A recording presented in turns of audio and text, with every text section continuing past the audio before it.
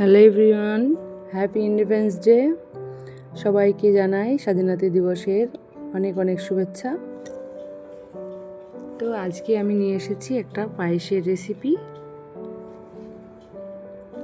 তো পায়েস তো আমরা অনেকভাবে বানিয়ে থাকি, কিন্তু আজকের পায়েসটা একটু অন্যরকমভাবেই বানাই। আজ আমি বানিয়ে দেখাচ্ছি সুগন্ধি গোবিন্দভোগ চালের খাঁটি রাজকীয় পায়েস, তো আবার একটা স্পেশাল টুইস্টের সাথে।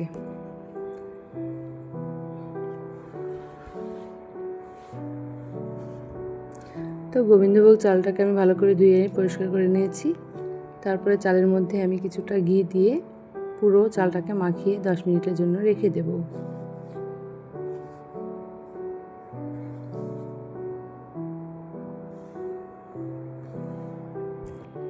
আমি 1 লিটার মতো দুধ নিয়েছি। 1 লিটার দুধটাকে আমি স্ট্রেনারের সাহায্যে ভালো করে ছেঁকে নেব।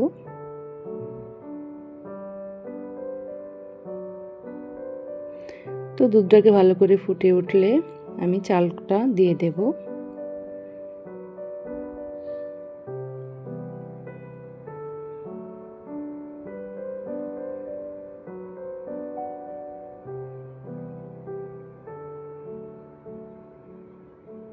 তো ভালো করে নাড়াচাড়া করে নেব এবং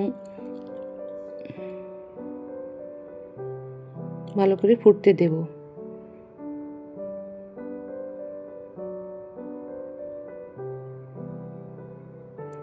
তারপরে দিয়ে দেব কাজু আর কিশমিশটা। কাজু আর কিশমিশটা ওর চালের সঙ্গে একসাথে দিলাম, কারণ ভালো হয়ে সিদ্ধ হয়ে যাবে আর খেতেও ভালো লাগবে।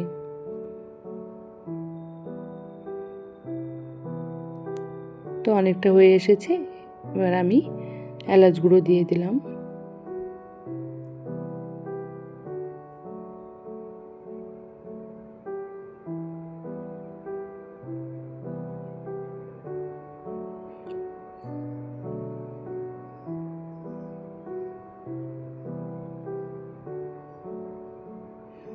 পায়েসটা চালটা সিদ্ধ হয়ে এসেছে, আমি এবার অল্প করে চিনি দিয়ে দেব।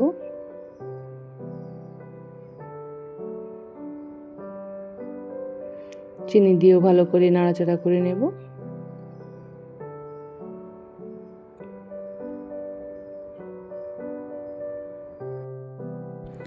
চালটা সিদ্ধ হয়ে এলে পায়েসকে আরও রিচ ও ক্রিমি ও ঘন করতে আমি যোগ করছি কনডেন্স মিল্ক।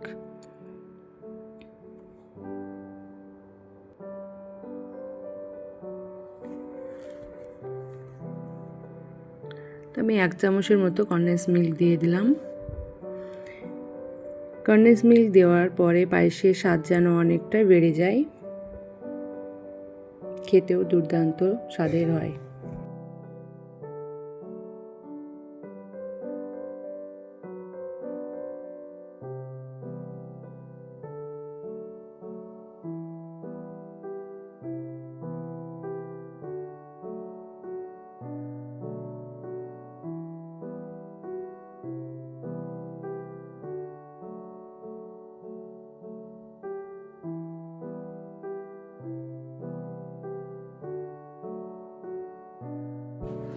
পায়েসটা একদমই তৈরি হয়ে গেছে।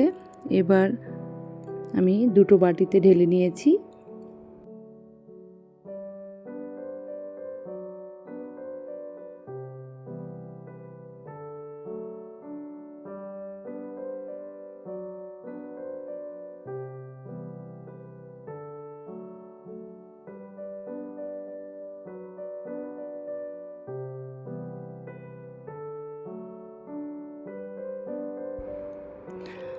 আজকের বিশেষ চমক হলো আমার ছেলে মেয়ে কিন্তু সাধারণ পায়েসের চেয়ে বনবিটা দিয়ে পায়েস খেতে ভীষণ ভালোবাসে ওরা। তো কাজু কিশমিশটা আমি আগেই দিয়েছি দেখুন। তো আমি কিছুটা ওদের বাটিতে বনবিটা ঢেলে দেব, তাই ওদের ভালোবাসার কথা মাথায় রেখে বাটিতে আমি বনবিটা দিয়ে দিলাম। বাচ্চাদের এই ছোটো ছোটো পছন্দগুলো তো আমাদের রান্নায় এনে দেয় আসল আনন্দ। আপনাদের কেমন লাগলো আজকের এই স্পেশাল রেসিপিটা অবশ্যই কমেন্ট করে জানাবেন, আর ভালো লাগলে চ্যানেলটিকে সাবস্ক্রাইব করতে একদমই ভুলবেন না। আর সবাই ভালো থাকবেন, সুস্থ থাকবেন।